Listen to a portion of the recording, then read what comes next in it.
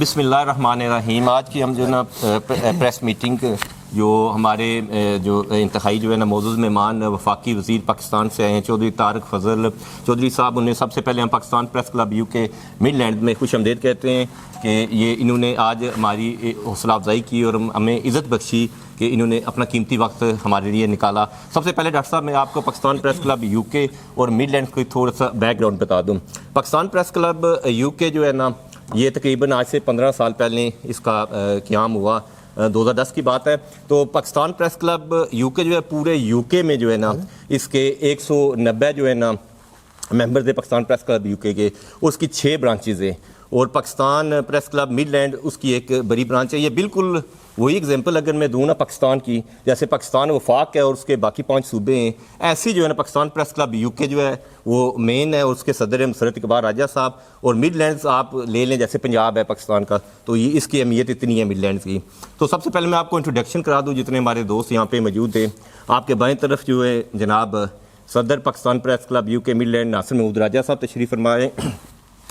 ادھر دائیں طرف سے جناب تیمور شہزاد صاحب، ان کے ساتھ جناب یہ ہمارے نائب صدر ہیں پاکستان پریس کلب یو کے مڈ لینڈ کے شعیب راجپوت صاحب، اور ان کے ساتھ جناب ہمارے ممبر مجلس عاملہ بھی ہیں اور لٹریری اور کلچر فورم کے سیکرٹری بھی ہیں جناب آصف محمود براٹلی صاحب. اور سامنے جناب ہاور راجہ صاحب، ان کا اپنا چینل ہے پبلک مرر، اور ساتھ ہی ان کے جناب ہمارے انفارمیشن سیکرٹری ہیں پاکستان پریس کلب یو کے ایس ایم عرفان طاہر صاحب. اور ان کے ساتھ نیچے جناب ہمارے سابق صدر پاکستان پریس کلب یو کے مڈ لینڈ کے اور ممبر مجلس عاملہ یو کے جناب سید عابد کاظمی صاحب موجود ہیں. اور ان کے ساتھ جو ان کے اوپر کھڑے ہیں ہمارے انفارمیشن سیکرٹری مڈ لینڈز کے موہن احمد صاحب. ان کے ساتھ جناب محترم ہمارے ممبر ہیں پاکستان پریس کلب یو کے مڈ لینڈ کے عمران بشیر صاحب وہ موجود ہیں. اور ان کے نیچے جو شخصیت بیٹھی ہیں یہ friend of Pakistan press club U کے ہیں اور ایک کاروباری شخصیت بھی ہیں اور بڑی علمی اور ادبی شخصیت ہیں حسن افضل رانا صاحب. اور ان کے ساتھ ہی جناب ایک اور ہمارے friend of Pakistan press club U کے مڈ لینڈ محترم کاروباری شخصیت بھی ہیں سیاسی شخصیت بھی ہیں واجد علی برکی صاحب. تو یہ تو تھا انٹروڈکشن. اور میں بخود جو ہے نا as a secretary general Pakistan press club U کے مڈ لینڈ ہوں، اور جتنے بھی یہ دوست ہیں نا جتنے پاکستان کے بڑے چینل ہیں ان سے منسلک ہے، اور ہمیشہ یہ نہ صرف پاکستان کا مثبت چہرہ اجاگر کرنے میں یا کوئی بھی یہاں پہ ایشو ہو جائے ریگارڈنگ پاکستان کے خلاف کوئی غلط پروپیگنڈا کر رہا ہے یا کوئی کشمیر کا ایشو ہو یا یہاں کے لوکل ایشوز ہوں، تو ہمیشہ یہ جو ہے نا انہوں نے یہاں پہ پاکستانی کمیونٹی کی نمائندگی کی ہے اور بڑھ چڑھ کر جو ہے نا پاکستان کا مثبت چہرہ اجاگر کرنے کی ہمیشہ کوشش کی ہے. اب اسی کے ساتھ میں ہینڈ اوور کرتا ہوں جناب صدر Pakistan press club midland Nasir Mahmood Raja صاحب سے کہ وہ اپنے خیالات کا اظہار کریں. بہت شکریہ جنرل سیکرٹری صاحب عادل اعظم صاحب، آپ کا بہت شکریہ. سب سے پہلے میں اپنے معزز مہمان جناب ڈاکٹر طارق فضل صاحب کو پاکستان پریس کلب میں خوش آمدید کہتا ہوں. چونکہ ڈاکٹر صاحب آپ کا ایک ماشاءاللہ بہت بڑا نام بھی ہے پاکستان میں بھی. جب بھی آپ اوورسیز اسپیشلی جب برطانیہ میں آتے ہیں تو اوورسیز کی یہ خواہش ہوتی ہے کہ آپ لوگوں کے ساتھ اٹریکشن کیا جائے. تو میری اس دن جب مجھے پتہ چلا تو میرے دوستوں نے فون کر کے کہا جی کہ آپ مڈ لینڈ کے صدر ہیں. تو جناب کیا وجہ کہ ہمارے ڈاکٹر صاحب ادھر موجود ہیں تو آپ نے ان کے ساتھ کوئی بات چیت نہیں کی. میں نے کہا یار سچی بات ہے مجھے نہیں پتہ، ان کا نجی دورہ ہوگا. بہرحال آپ کی بڑی مہربانی، آپ سے فون پہ اس دن بھی بات ہوئی اور کافی لمبی بات ہوئی. آپ کا شکریہ، آپ نے مجھے ٹائم دیا اور آپ نے کہا جی انشاءاللہ. میں نے آپ کو جمعے کا وقت لینے کی کوشش کی تو آپ کی میں سمجھتا ہوں کہ بہت زیادہ مصروفیات، آپ نے واپس بھی جانا تھا تو آپ کی بہت مہربانی. تو آپ نے آج ہمیں اپنا قیمتی لمحات میں سے ہمیں جو ہے وقت دیا. تو ڈاکٹر صاحب بات یہ ہے کہ 10 مئی کے بعد پاکستان کا جو مورال ہے پوری دنیا میں الحمدللہ وہ بلند ہوا ہے. تو ہمارے جتنے بھی ساتھی ہیں جس طرح جنرل سیکرٹری صاحب نے فردن آپ کو ان کا جو انٹروڈیوس بھی کروایا،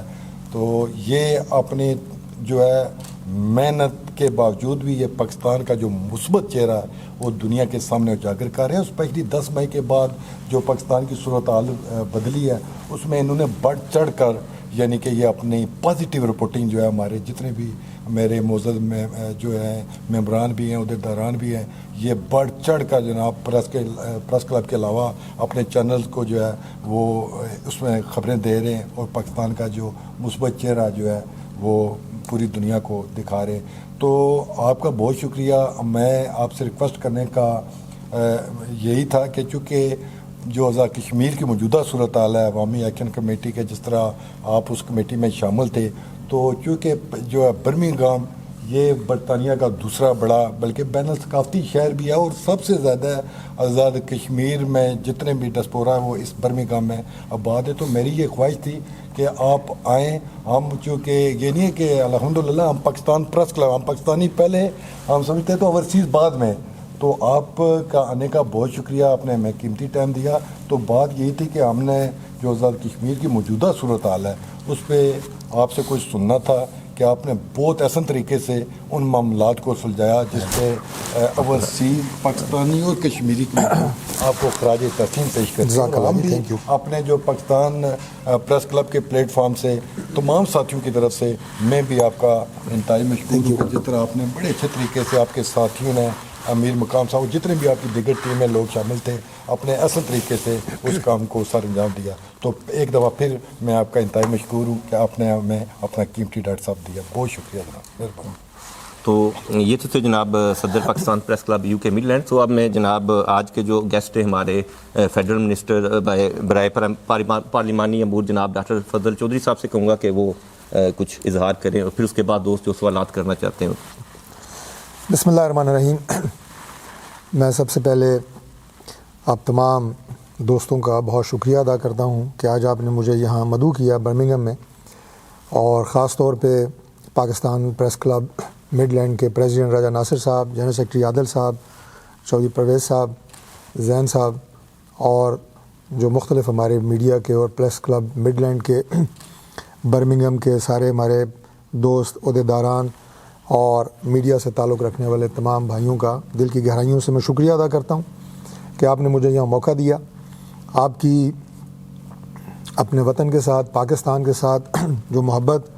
اور جن جذبات کا آپ نے اظہار کیا, میں اسے بہت قدر کی نگاہ سے دیکھتا ہوں. اور پاکستان میں بسنے والے جو ہمارے 24-25 کروڑ عوام ہیں وہ بھی پاکستان سے باہر جو ہمارے اوورسیز بھائی ہیں جو ملک کے لیے دن رات محنت بھی کرتے ہیں, زر ترسیلات بھیجتے ہیں, فورن ایکسچینج بھیجتے ہیں اور ملک کے بارے میں فکر مند بھی ہوتے ہیں, وہ بھی آپ کا دل کی گہرائیوں سے قدر بھی کرتے ہیں اور آپ کے ممنون بھی ہیں. اللہ تعالیٰ کا شکر ہے. چلیں اب چونکہ زر ترسیلات کا ذکر آیا تو میں صرف ایک جملہ یہ کہنا چاہوں گا کہ میرے آنے سے پہلے جو وفاقی کابینہ کی میٹنگ تھی, آخری جو میٹنگ ہوئی, اس میں پرائم منسٹر آف پاکستان میاں شہباز شریف صاحب نے یہ بات بتائی کہ اکتوبر میں اور سپٹمبر میں ریکارڈ جو ہیں وہ فورن ایکسچینج زر ترسیلات پاکستان سے باہر مقیم جو ہمارے اوورسیز بھائی ہیں ان کی طرف سے بھیجی گئیں, اور ان میں بتدریج اضافہ ہو رہا ہے, جس سے یہ اندازہ ہوتا ہے کہ ہمارے اوورسیز پاکستانی جو ہیں وہ کتنی اپنے وطن سے محبت کرتے ہیں اور پاکستان کی معیشت میں ان کا کتنا بنیادی کردار ہے. پاکستان میں آپ کو یاد ہے کہ چند ماہ پہلے ایک انٹرنیشنل اوورسیز کانفرنس کا انعقاد ہوا تھا, اور دنیا کے بیشتر ممالک سے جہاں جہاں ہمارے اوورسیز آباد ہیں انہوں نے بڑی تعداد میں اس میں شرکت کی. انہوں نے بہت ساری وہاں پہ تجاویز دیں, اور اللہ کا شکر ہے کہ ان میں سے اکثر تجاویز کو جو قابل عمل تھیں انہیں انکارپوریٹ کیا گیا, اور پرائم منسٹر نے موقع پہ ہی احکامات جاری کیے کہ اوورسیز پاکستانیز کے جو ایشوز ہیں انہیں حل کیا جائے. پاکستان کے اندر انہیں کیا پرابلمز آ رہی ہیں ان کو حل کرنے کے لیے فوری اقدامات کیے گئے, یعنی ایئرپورٹ کے اوپر آپ کو کیا پرابلمز ہیں,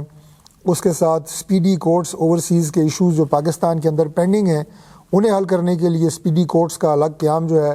وہ بھی ان احکامات کا حصہ تھا جو پرائم منسٹر صاحب نے فوری طور پہ جاری کیے. اس کے ساتھ ساتھ جو ہمارے کونسلیٹس اور ایمبیسیز ہیں دنیا بھر کے بیشتر ممالک میں, وہاں پہ ہم اپنے اوورسیز کو کس طرح فیسیلیٹیٹ کر سکتے ہیں, ان کی ایشوز کیسے ریزالو کر سکتے ہیں, اس کے حوالے سے ڈپٹی پرائم منسٹر اور فورن منسٹر جناب اسحاق ڈار صاحب کو انسٹرکشنز دی گئیں, اور ڈار صاحب نے اپنے طور پہ بھی بہت سارے ایسے اقدامات اٹھائے ہیں. اور ابھی مجھے جو میرا لاسٹ ٹرپ تھا اس میں پاکستان ایمبیسی لنڈن میں دورے کا موقع ملا, اور اس دفعہ جو ہمارا پاکستان کونسلیٹ ہے برمنگھم میں اس کے جو میں نے ایک چھوٹا سا وزٹ کیا, جو ہمارے کونسل جنرل ہیں ان سے ملاقات ہوئی, اسٹاف سے ملاقات ہوئی, اور مجھے بڑا اچھا لگا کہ یہاں پہ وہ اپنے ہم وطنوں کی خدمت کے لیے ہمہ وقت یہاں پہ موجود ہیں,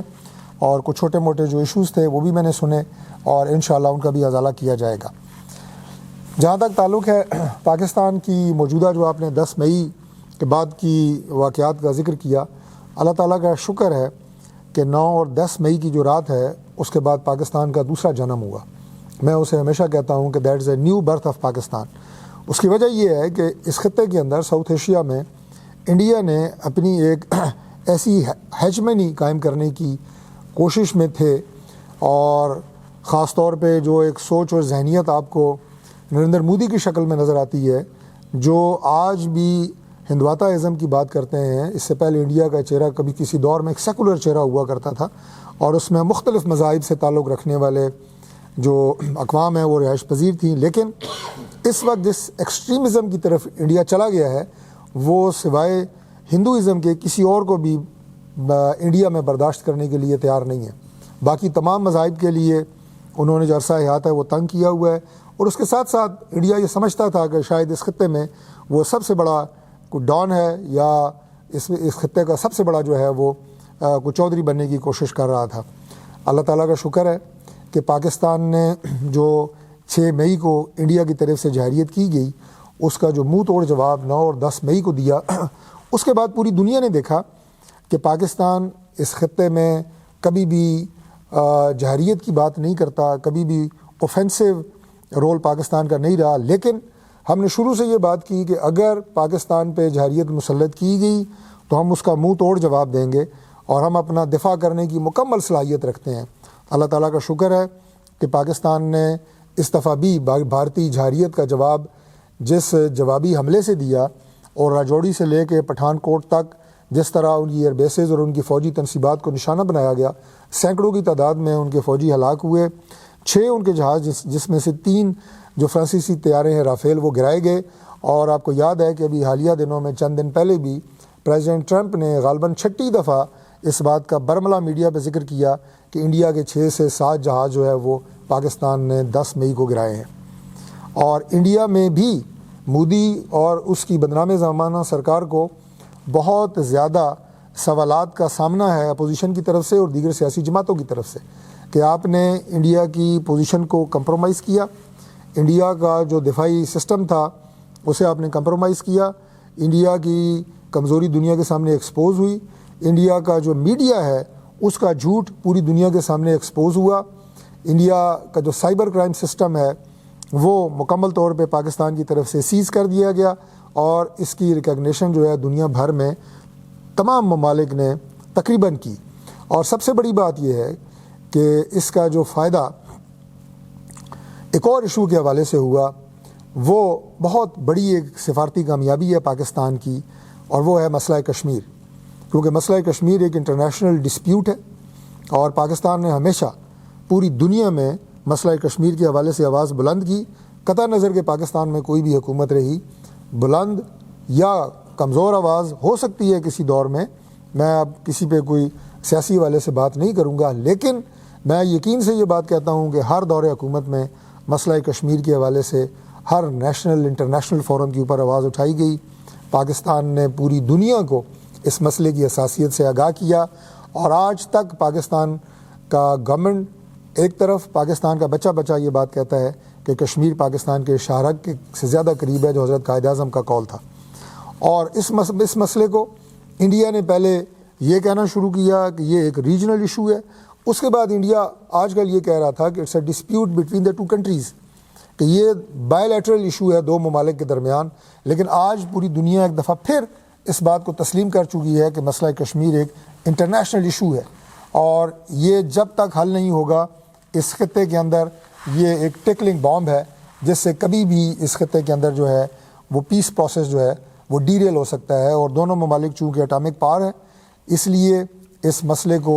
اقوام متحدہ کی قراردادوں کے مطابق حل ہونا ضروری ہے۔ تو میں سمجھتا ہوں کہ یہ پاکستان کی اور کشمیر کی ایک بہت بڑی فتح ہے، ایک بہت بڑی کامیابی ہے۔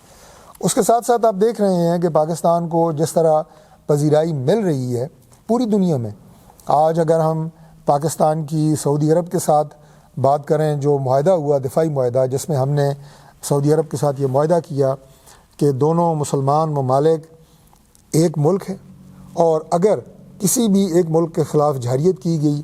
کوئی کسی نے اٹیک کیا کسی ملک کو، تو وہ دوسرے ملک کے خلاف بھی جارحیت اور اس پہ بھی حملہ تصور کیا جائے گا اور مل کے ایک دوسرے کا دفاع کیا جائے گا۔ بحیثیت مسلمان ہمارے لیے یہ ویسے بھی بہت فخر کی بات ہے، اور ہم شکر ادا کرتے ہیں اس بات کے کہ اللہ تعالیٰ نے ہمیں یہ موقع دیا کہ ہم حرمین شریفین کی خدمت اور اس کی حفاظت کے حوالے سے اپنا کردار ادا کر سکیں، اور اس کے ساتھ ساتھ برادر اسلامی ملک سعودی عرب اور مسلم امہ کے ساتھ جس طرح پاکستان کے روابط استوار ہو رہے ہیں، یہ بھی ہمارے لیے بہت خوشی کی بات ہے، اور اس سے پاکستان اور مسلم امہ کی جو آپس میں ایک انڈرسٹینڈنگ اور بانڈ ہے، نہ صرف اس میں اضافہ ہوگا بلکہ دفاعی طور پہ، اقتصادی طور پہ تمام مسلم ممالک ایک دوسرے کے قریب آئے ہیں۔ 10 مئی کو جن ممالک نے کھل کے ہمارا ساتھ دیا، جس میں ہم چائنا کا شکریہ ادا کرتے ہیں، ہم ترکیہ کا شکریہ ادا کرتے ہیں، آذربائیجان اور دیگر جتنے ممالک نے جو سپورٹ ہمیں دی، کسی نے فزیکل سپورٹ دی، کسی نے مورل سپورٹ دی، ہم ان سب کا شکریہ ادا کرتے ہیں۔ اور پاکستان کا ایک نیا چہرہ جس کا میں ذکر کر رہا ہوں وہ پوری دنیا نے دیکھا۔ پاکستان، میں دوبارہ یہ بات کہوں گا کہ ساؤتھ ایشیا میں، اس خطے میں ایک ریجنل پیس سٹیبلائزر ہے۔ اس خطے کے اندر امن کے قیام کی کوششیں پاکستان کر رہا ہے، اور ضامن ہے پاکستان پیس کا، ایک پیس سٹیبلائزر کے طور پہ۔ لیکن again at the cost of repetition I will say کہ اگر دوبارہ پاکستان کے خلاف کسی بھی قسم کی کوئی جارحیت کی گئی تو پاکستان پہلے سے زیادہ شدت کے ساتھ اس کا جواب دے گا، اور اللہ کے فضل سے ہم اپنی دفاع کی تمام تر جو حق ہے اسے محفوظ رکھتے ہیں۔ اور اس کے بعد آپ نے دیکھا کہ امریکہ کے ساتھ جس طرح پاکستان کے تعلقات میں بہتری آئی، جس طرح پریزیڈنٹ ٹرمپ نے ہمارے پرائم منسٹر شہباز شریف صاحب کا، فیلڈ مارشل سید عاصم منیر صاحب کا استقبال کیا، اور جس طرح پاکستان کے ساتھ تجارت اور دیگر شعبوں میں اپنے تعلقات کو مزید بڑھانے کی بات کی، ٹائز کو مزید بڑھانے کی بات کی، یہ پاکستان کے لیے میں سمجھتا ہوں کہ بہت کامیابیوں اور بہت زیادہ آگے انشاءاللہ تعالی بہتر حالات کی ایک نوید کے طور پہ ہم اس تمام جو انٹریکشن ہے اس کو دیکھتے ہیں۔ اسی طرح آپ نے دیکھا کہ ملیشیا کا جو دورہ ہوا، اس میں جس طرح پاکستان کو اللہ تعالیٰ نے عزت دی، یہ چند وہ دورے ہیں، چند وہ معاہدے ہیں، چند وہ کلپس ہیں جن کا میں آپ سے شیئر کر رہا ہوں، ورنہ بہت زیادہ اور بھی سفارتی سطح پہ جو پاکستان کو کامیابیاں حاصل ہو رہی ہیں، ہم اس پہ اللہ تعالیٰ کا شکر ادا کرتے ہیں، اور اس عزم کا اظہار کرتے ہیں، اس کمٹمنٹ کا اظہار کرتے ہیں کہ یہ جو ونڈو آف اپرچونٹی اللہ تعالیٰ کے فضل سے پاکستان کو انٹرنیشنل سطح کے اوپر حاصل ہوئی ہے، اسے انشاءاللہ تعالیٰ پاکستان کے حق میں کیپٹلائز کیا جائے گا۔ پاکستان کو اپنا انٹرنلی اور ایکسٹرنلی ہر حوالے سے مضبوط کیا جائے گا، چاہے وہ پاکستان کی معیشت ہو، چاہے وہ پاکستان کا دفاع ہو، چاہے وہ پاکستان کی دیگر ممالک کے ساتھ تعلقات ہوں، پاکستان کی انٹرنل سٹیبلٹی ہو، پاکستان کے بارڈرز کی حفاظت ہو، ہر حوالے سے ہم جاگ رہے ہیں اور ہر حوالے سے ہر شعبے میں ہم کام کر رہے ہیں۔ میں اپریشیٹ کرتا ہوں پرائم منسٹر میاں شہباز شریف صاحب کی قائدانہ صلاحیتوں کو کہ اپنی کیبنٹ کے ساتھ مل کے جس طرح دن رات شبانہ روز وہ محنت کر رہے ہیں، وہ بہت قابل ستائش ہے۔ اور اسی طرح پاکستان کی عسکری قیادت، field marshal Syed Asim Munir army chief, اور ان کے ساتھ ہمارے جو ایئر چیف ہیں ظہیر بابر سدھو صاحب نیول چیف، یہ تمام جس پیشہ ورانہ مہارت کے ساتھ فوج کو اعلیٰ ترین سطح کے اوپر انہوں نے تیار کیا، اور جس کا میں آپ کو بتا چکا ہوں کہ عملی ثبوت انڈیا کی جارحیت کا منہ توڑ جواب دے کے دیا گیا، یہ سب قابل ستائش ہیں۔ آج پاکستان آگے بڑھ رہا ہے، پاکستان اس مشن کی جانب آگے بڑھ رہا ہے کہ جس کا خواب حضرت علامہ اقبال اور جس کی تعبیر حضرت قائد اعظم نے کی تھی۔ ابھی حالیہ دنوں میں آپ نے دیکھا ہوگا کہ پاکستان کی افغانستان کے ساتھ جو بارڈر کلیشز ہیں اس کا بھی آپ نے ذکر سنا ہوگا۔ میں اس حوالے سے بھی یہ بات عرض کرنا چاہتا ہوں کہ پاکستان اپنی انٹرنل سیکیورٹی کے حوالے سے، پاکستان اپنی خلاف جو دہشت گردی ہے جن ممالک کی طرف سے، اس میں کسی طرح کی بھی کوئی کنٹریبیوشن ڈالی جا رہی ہے، پاکستان اسے کسی صورت میں قبول نہیں کرے گا۔ ایک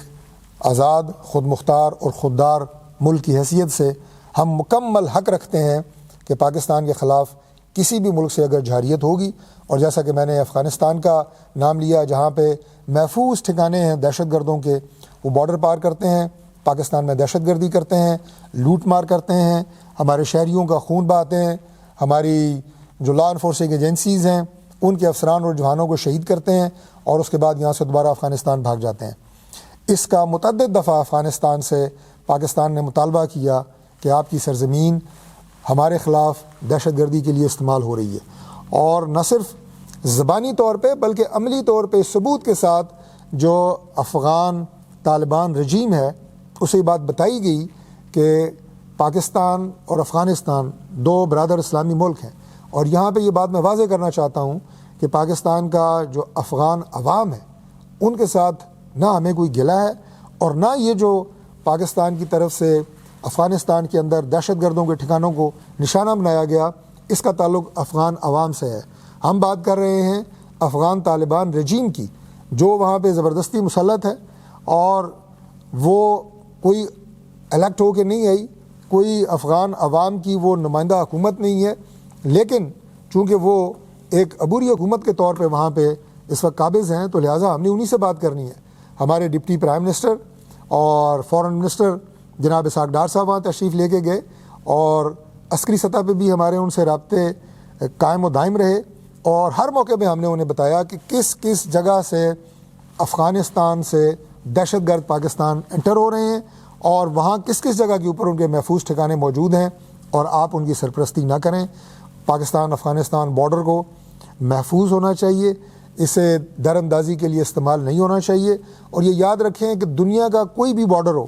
اس کی حفاظت اسی وقت ہو سکتی ہے جب اس کے دونوں طرف موجود ملک مل کے اس بارڈر کی حفاظت کریں۔ ایسا نہیں ہو سکتا کہ کسی بارڈر میں ایک ملک اس کی حفاظت کر رہا ہے، دوسرا سرپرستی کر رہا ہے جو در اندازی کر رہے ہیں اور انلیگلی بارڈر کراس کر رہے ہیں، جیسے کہ افغانستان سے ہو رہا تھا۔ لہٰذا مجبوراً پاکستان نے بارڈر پار سے جو افغان طالبان رجیم ہے اس نے جب اٹیک کیا ہماری چوکیوں پہ تو ہم نے انہیں جواب دیا۔ وہاں جو دہشت گرد موجود تھے انہیں نشانہ بنایا گیا، جو محفوظ ٹھکانے تھے دہشت گردوں کے انہیں نشانہ بنایا گیا۔ میں پھر یہ بات کہتا ہوں کہ افغان عوام کو کسی بھی انسٹالیشن کو یا آبادی کو پاکستان کی طرف سے کوئی نہ تو گولہ باری کی گئی، نہ کسی طرح کا اور وہاں پہ انہیں کوئی نشانہ بنایا گیا۔ یہ تمام تر کارروائی دہشت گردوں کے خلاف ہے۔ افغان طالبان رجیم کی سپورٹ شدہ دہشت گرد جو افغان طالبان کی شکل میں ہو پاکستان میں کارروائیاں کر رہے ہوں، اور زیادہ جو ہے جو ہمارے یہاں سے ٹرائبلز علاقوں میں دہشت گردی ہو رہی ہے اس میں جو لوگ در اندازی کرتے ہیں ان کے محفوظ ٹھکانوں کے خلاف یہ کارروائی کی گئی۔ اور اب چونکہ کچھ مسلم ممالک نے اس پہ انٹروین کیا ہے کہ سیز فائر کیا جائے، اور جو افغان طالبان رجیم ہے ان کے مطالبے پہ پاکستان نے ابھی عارضی طور پہ سیز فائر کیا ہے۔ قطر میں یہ مذاکرات جو ہیں یہ ہو رہے ہیں، اور ہم امید کرتے ہیں کہ افغان طالبان رجیم اس سلسلے میں بیہیو کریں گے، لیکن پاکستان کسی صورت میں اس سے کم پہ کمپرومائز نہیں کرے گا کہ جتنے بھی دہشت گردوں کے ٹھکانے افغانستان میں موجود ہیں افغانستان طالبان رجیم انہیں سپورٹ نہیں کرے گی اور انہیں وہاں پہ پناہ نہیں دے گی، اور بارڈر کی دونوں طرف سے حفاظت کی جائے گی۔ اور میں کشمیر کے حوالے سے جو میں نے ذکر کیا کہ انٹرنیشنل سطح کے اوپر وہ ایشو جو ہے، میں آخر میں تھوڑا اس پہ ذرا تفصیل سے بات کروں گا، کس طرح اجاگر ہوا وہ بات تو میں آپ کو بتا چکا ہوں۔ اب ہم تھوڑی سی بات کریں گے، تفصیل سے بلکہ کریں گے، کہ جو آزاد کشمیر کے اندر ایک پچھلے عرصے میں ایک تنازع پیدا ہوا، اور اللہ تعالیٰ کے فضل سے وہ تنازع خوش اسلوبی کے ساتھ بات چیت کے ذریعے ڈائلاگ کے ذریعے اس کو حل کیا گیا۔ وہاں موجود جو گورنمنٹ ہے اس وقت وہ کسی ایک سنگل پارٹی کی گورنمنٹ نہیں ہے، وہ ایک کولیشن گورنمنٹ ہے، اور اس کولیشن گورنمنٹ کے ہوتے ہوئے یہ ایکشن کمیٹی نے غالباً دوسرا یا تیسرا مارچ جو ہے یہ کیا، اور اپنے مطالبات جو ہے وہ لے کے انہوں نے کیپٹل کی طرف مارچ کیا۔ یہ میں سمجھتا ہوں کہ ایک آزاد ملک میں، ایک آزاد ریاست میں کسی بھی شہری کا یہ حق ہے کہ وہ اپنے مطالبات کو منوانے کے لیے پروٹیسٹ کرے، مارچ کرے، جلسہ کرے، ریلی کرے۔ اور جب یہ مارچ کیا گیا ایکشن کمیٹی کی طرف سے تو کہا یہ گیا کہ یہ ایک پرامن مارچ ہے، اور اس کے لیے ظاہر ہے کسی کو کوئی اعتراض نہیں تھا۔ لیکن جب یہ مارچ شروع ہوا اور لا اینڈ آرڈر کو بحال کرنے کے لیے یقیناً لا انفورسنگ ایجنسیز جو ہوتی ہیں وہ اس لیے موجود ہوتی ہیں کہ تاکہ جو سول آبادیاں ہیں، کاروباری زندگی وہاں پہ معطل نہ ہو۔ پروٹیسٹ کوئی بھی کرتا ہے، اگر ریلی نکالتا ہے، کسی کی جان اور مال کو نقصان نہ پہنچے، اس کے لیے لا انفورسنگ ایجنسیز اپنا کردار ادا کرتی ہیں، دنیا کے ہر ملک میں کرتی ہیں، لیکن آپس میں کچھ ایسی تناؤ کی کیفیت پیدا ہوئی کہ جس سے کچھ قیمتی انسانی جانوں کا نقصان ہوا۔ جب یہ پرامن مارچ کا جو تشخص ہے وہ اس تناؤ کی وجہ سے جب یہ خبریں یہاں پاکستان میں پہنچیں تو پرائم منسٹر آف پاکستان نے فوری طور پہ 5 وفاقی وزراء پہ مشتمل ایک کمیٹی تشکیل دی، جس میں تھا اور جس میں جناب احسن اقبال صاحب، رانا ثناء اللہ صاحب جو کہ اسے لیڈ کر رہے تھے، امیر مقام صاحب اور سردار یوسف صاحب جو ہمارے حج کے منسٹر ہیں وہ اس کمیٹی میں موجود تھے، اور اس کے ساتھ ساتھ سابق وزیر اعظم راجہ پرویز اشرف صاحب اور اس کے ساتھ قمر زمان قاہرہ صاحب، 2 پاکستان پیپلز پارٹی کے سینئر ترین جو لیڈر ہیں وہ اس کمیٹی میں شامل تھے۔ یہ مختصراً میں عرض کرنا چاہتا ہوں کہ اس مارچ سے پہلے تقریباً 5-6 دن پہلے میں اور امیر مقام صاحب ایکشن کمیٹی سے 2 دن ایک مذاکرات مظفر آباد میں کر چکے تھے، اور ان کے جو جائز مطالبات تھے وہ تقریباً 80 سے 90% ہم پہلے ہی انہیں بتا چکے تھے کہ یہ عوامی ایشوز ہیں اور انہیں حل کیا جائے گا، یہ گورنمنٹ کی بھی ذمہ داری ہے، اور بحیثیت امور کشمیر کے وزیر کے امیر مقام صاحب نے اور ہم نے بھی انہیں یقین دلایا کہ ہم اس کو حل کریں گے اور اسے یقینی بنائیں گے۔ لیکن ان کے کچھ اور مطالبات تھے۔ اس کے بعد یہ مارچ شروع ہو گیا جس میں نے آپ کو بتایا کہ تصادم کی کیفیت کی وجہ سے پرائم منسٹر آف پاکستان میاں شہباز شریف صاحب نے یہ کمیٹی تشکیل دی، اور جب ہم وہاں پہ گئے تو جب ہمیں جانا تھا تو راستے بند تھے، تو بذریعہ ہیلی کاپٹر ہم مظفر آباد پہنچے۔ 3 دن ہمارے یہ مذاکرات جاری رہے، اور ان 3 دنوں کے بعد اللہ کے فضل سے ہم ایک حتمی معاہدے پہ پہنچے۔ میں دوبارہ یہ عرض کروں گا کہ جتنے بھی ان کے مطالبات تھے وہ تمام عوامی ایشوز کے حوالے سے تھے۔ اس میں صحت کے ایشوز تھے جو اسکولوں کو اور تعلیم سے متعلق تھے، اس کے علاوہ ہاسپٹلس کے ایشوز، ادویات جو وہاں پہ انسٹرومنٹ ہیں، جو وہاں پہ مریضوں کی تشخیص کے لیے جدید ترین مشینری ہے ان کی تنصیبات، اور اس کے علاوہ کچھ منگلا ڈیم کی جو رائزنگ سے لوگ متاثر ہوئے ان کے ایشوز تھے، بجلی کی جو وہاں پہ ٹیرف ہے اس حوالے سے کچھ معاملات تھے، یعنی کوئی بھی کسی کا کوئی ذاتی ایشو نہیں تھا۔ اور گورنمنٹ جو بھی ہوتی ہے اس کی کوشش یہی ہوتی ہے کہ عوام کو سہولت پہنچائی جائے اور ان کے مسائل کو حل کیا جائے۔ تو لہٰذا